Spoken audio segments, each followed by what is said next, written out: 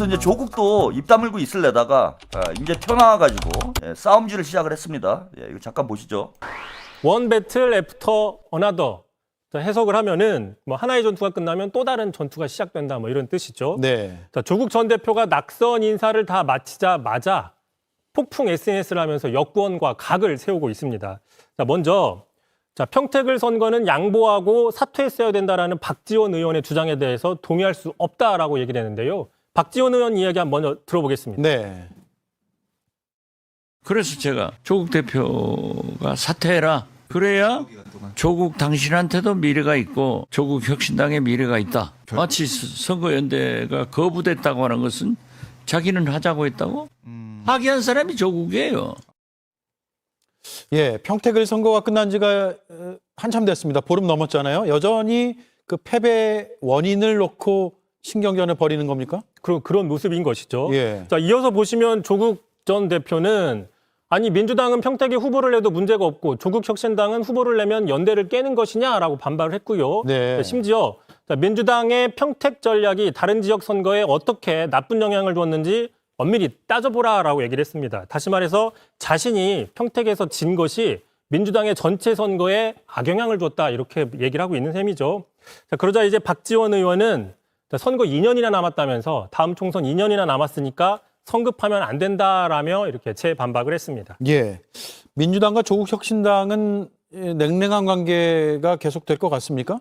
뭐 당분간 상당히 냉각계를 가질 거라는 분석이 일반적이고요. 예. 자, 조국 전 대표는 또 여권 유튜브와도 문제 제기를 하며 날을 세웠는데 한 친명계 유튜브입니다. 어제였습니다. 그 지난 총선 당시 조국 전 대표의 딸 조민 씨의 출마설 관련된 방송을 했는데 그러자 이제 조국 전 대표가 곧바로 자신의 딸 출마 사실에 대해서는 검토한 바가 전혀 없다며 황당무계한 허위 사실이다 이렇게 강력하게 반발을 했습니다. 그러자 이 방송 측에서는 아니 과거 정치권에서 나왔던 그 출마설에 대해서 언급한 것뿐인데 네. 왜 이게 황당한 허위 사실이냐라고 또 맞대응을 하긴 했습니다. 자, 실제로요. 2023년 지난 총선 전입니다. 박지원 의원 또 나왔는데 그 딸 조민 씨가 총선에 나올 수도 있다라고 공개적으로 언급하기도 했었습니다. 예. 그러니까 한쪽에서는 당시 출마설이 있었다는 얘기고 또 반대쪽에서는 출마 검토한 적이 없다. 그렇습니다. 사실관계로 이걸 예. 따져보겠다라는 그렇습니다. 주장이어서 서로가 이제 부딪히네요. 알겠습니다. 근데 부딪히긴 하는데 서로 다른 얘기를 하는 것 같은데. 그렇죠. 그렇습니다. 서로 예. 각자 하고 싶은 얘기를 하는 거기 때문에 네. 결국에는 뭐 논쟁일 수는 있는 것이죠. 네. 그리고 검토했다 아니면 검토한 적이 없다라는 건 조국 대표가 가장 잘 알겠죠. 그렇죠. 예.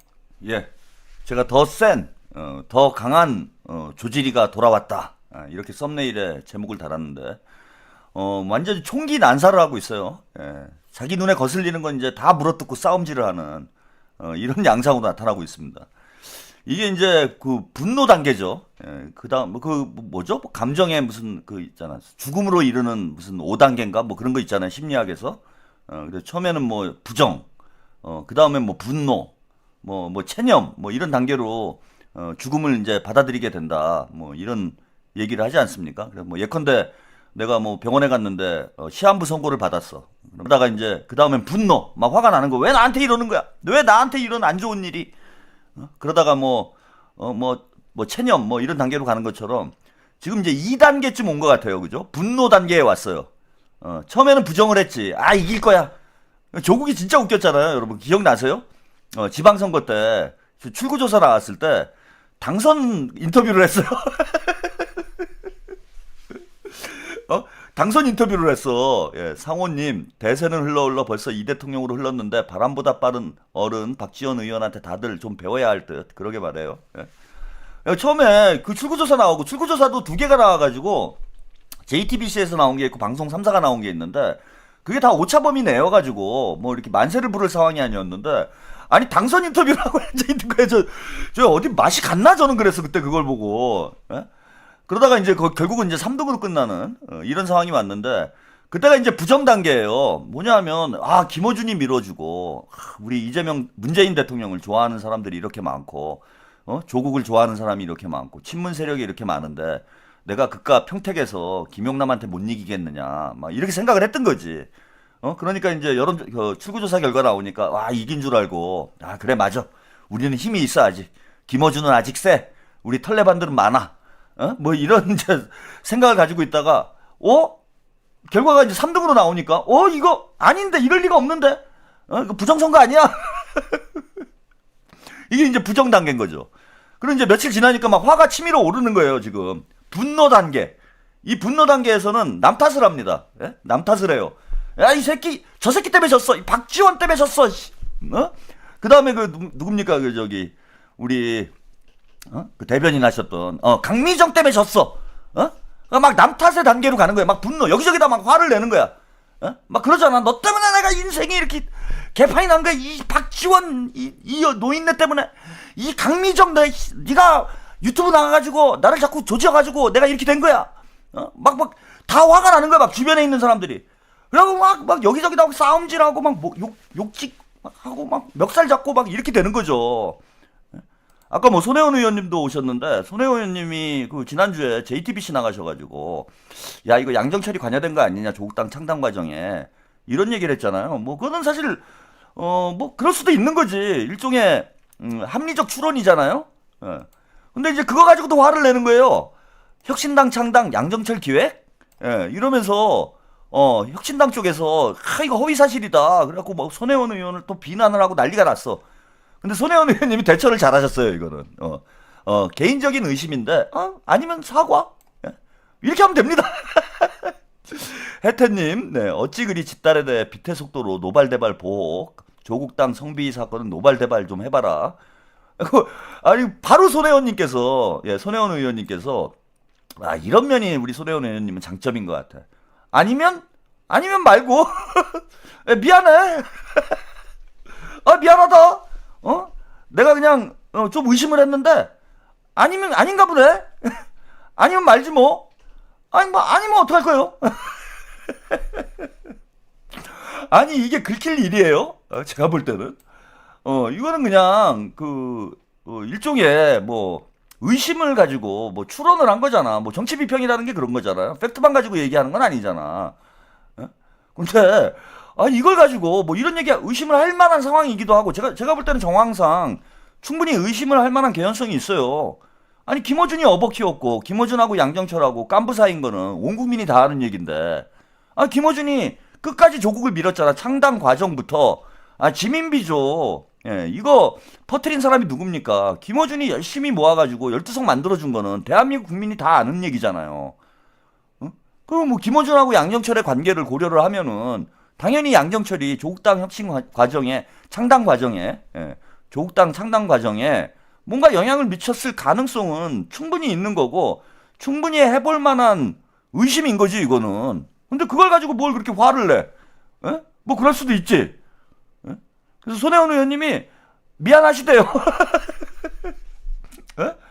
미안하네 그거 아니면은 미안하구만 뭐 사과하면 되지 뭐 이제. 그리고 너무 뭐 우리가 억측을 하면 안 되죠. 뭐 아닌 거면 뭐 미안하고.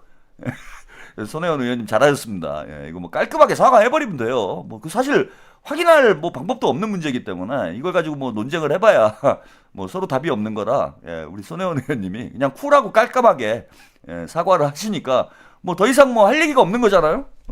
근데 이미 우리 국민들의 이제 머릿속에는 의심의 씨앗을 심어놨기 때문에 목적은 달성이 된 거죠, 그죠? 조국, 김어준, 양정철 다 한 팀이다라는 걸 어느 정도 좀 의심의 씨앗을 우리 손혜원 의원님이 심어 주셨기 때문에 뭐 목적은 다 달성이 된 거 아닌가. 근데 이제 제가 드리고 싶은 얘기는 조국도 왜 지금 나와가지고 저렇게 날뛰는가. 아까 문재인하고 똑같은 상황이라는 거예요. 제가 볼 때는 발악인 거예요, 발악. 그러니까 맛쪽 애들이 소금 뿌리면 아까 복만삼님이 맛쪽에 잡을 때 소금 뿌린다고 했잖아요. 소금 뿌리니까 따가우니까 기어 나오는 거죠, 그죠? 그 맨살에 소금 뿌리면 따갑잖아. 근데 이거 조개들은 그 피부가 약하잖아요. 근데 거기다 이제 소금을 뿌리니까 맛쪽 애들이 이제 숨어 있다가 따가워 그러고 막 나오는 거야. 그래갖고 제가 지난 몇 달에 걸쳐가지고 갯벌에다가 문조털레 소금을 막 열심히 뿌렸잖아요. 야 나와라 맛조개 그러고 문조털레를 사방에다 제가 뿌려놨잖아. 그러니까 이제 막 따가워 몸이 맛조개들이 막 소금을 너무 많이 뿌려놨어 제가. 그리고 저 혼자 뿌렸으면 괜찮은데 이게 사람들이 재밌는지 너도나도 막 갯벌에다가 지금 소금을 잔뜩 뿌려놓은 거야. 그러니까 이게 맛조개들이 미치겠지 막 따가워가지고. 그러니까 이제 막 나오는 거예요. 팍. 문재인도 내가 문조털 내위야 팍 나오고, 내가 조질이야 팍 나오고, 내가 유실금이야 팍 나오고, 다 나오는 거예요 지금.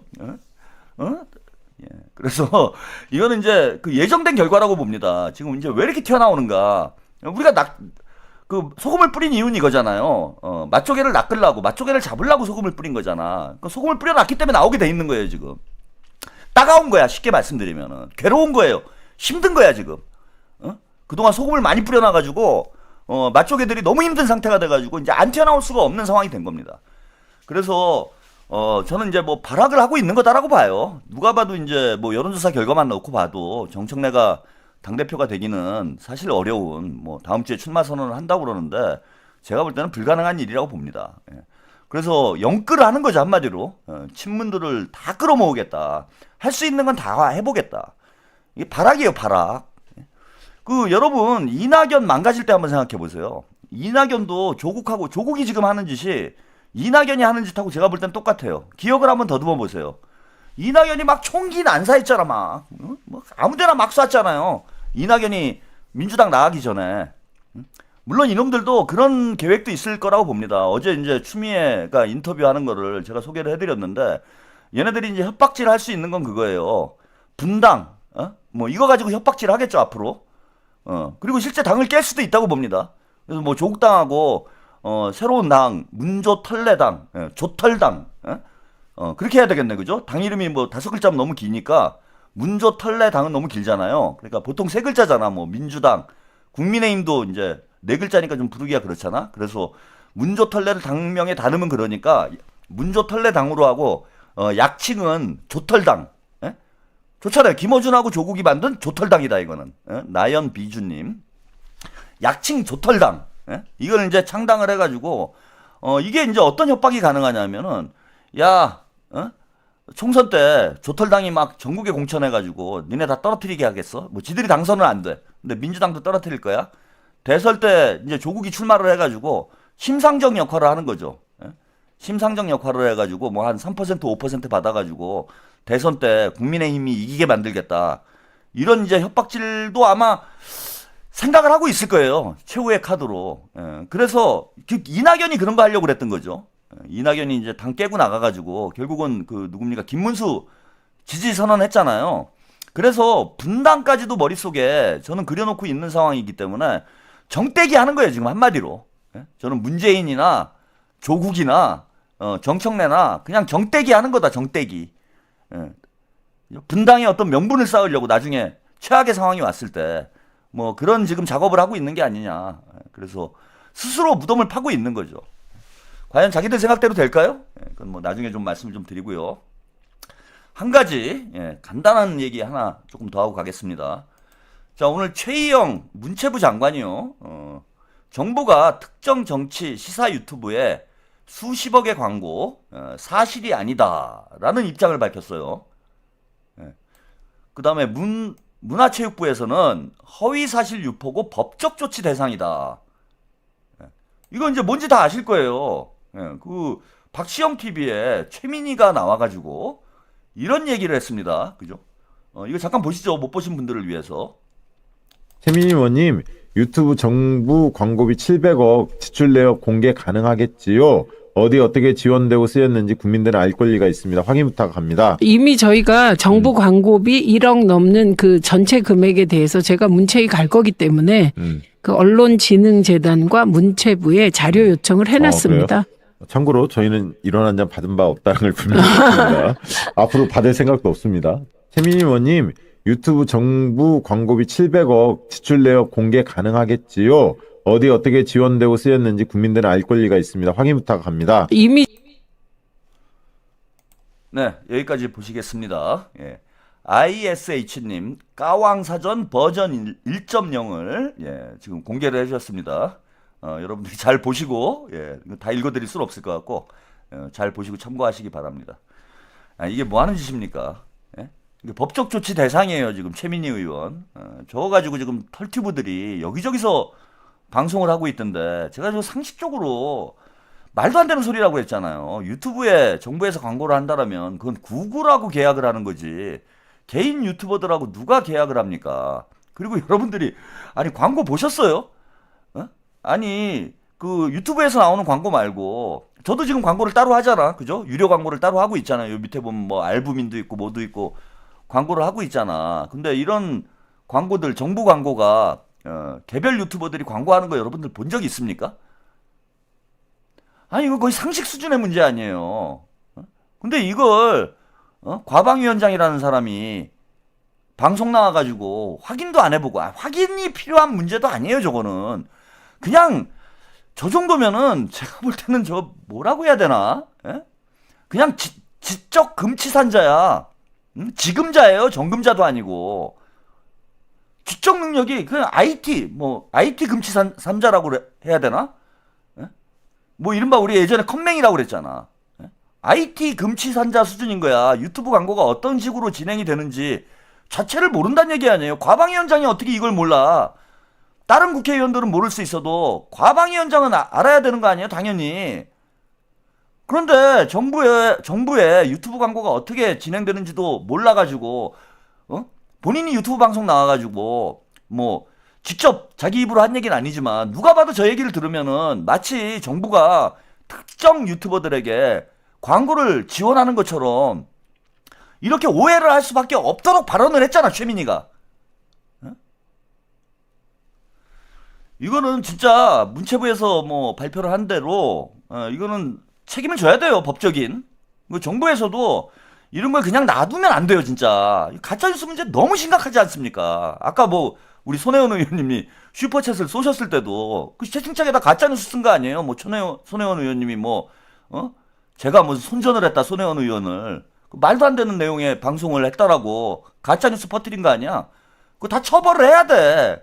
이런 가짜 뉴스들이 우리 국민들이 어떤 정치적 선택과 판단을 하는데 즉 부정적인 영향을 미치게 되고 결국은 이게 민주주의를 왜곡한다라는 거예요. 저는 이게 국가적인 차원의 이건 국가범죄다. 이런 말씀을 제가 종종 드리고 있잖아. 그리고 지금 털튜브들이 뭐 대통령께서도 지적을 하셨는데 왜 없는 사실까지 만들어가지고 싸우느냐. 이런 얘기를 하셨잖아. 장난 아니에요, 지금. 뭐, 친명 쪽에서도 일부 가짜뉴스 퍼뜨려가지고 공격을 하는 사람들이 있는데, 그 나중에 법적으로 다 책임을 진다니까? 본인들이 왜 그런, 순간 뭐 슈퍼챗 좀 땡기고 조회수 올리려고 왜 없는 얘기 만들어가지고 방송하고 나중에 그게 대로 주고 말로 받는 상황이 벌어져요. 그때 슈퍼챗 좀 받고 시청률 좀 올리고 하면 좋겠지. 근데 지금 가짜뉴스 처벌법까지 이제 시행이 되는 판국에 슈퍼챗을 받으면 그걸로 얼마나 받는다고. 가짜뉴스 퍼뜨려가지고 나중에 법적인 처벌을 당하면은 이제는 5배의 손해배상을 해야 되는 상황이 돼 있는 거야. 근데 유튜버들이 정신 못 차려요, 제가 볼 때는. 지금 박시영이나 최민이나 이거 둘 다 본인이 법적인 정치적인 책임을 져야 됩니다. 뭐 하는 짓이에요? 민주당 의원이 나와가지고. 정부를 공격하는 거 아니야, 정부를. 정부가 특정 유튜버를 정부에게 유리한 방향으로 방송을 하기 위해서 언론 장악, 언론 개입을 한다는 얘기를 민주당 의원이, 그것도 과방위원장이 이런 얘기를 해? 언론 분야를 담당하는 사람이. 그게 만약에 사실이면 그 얘기밖에 더 됩니까?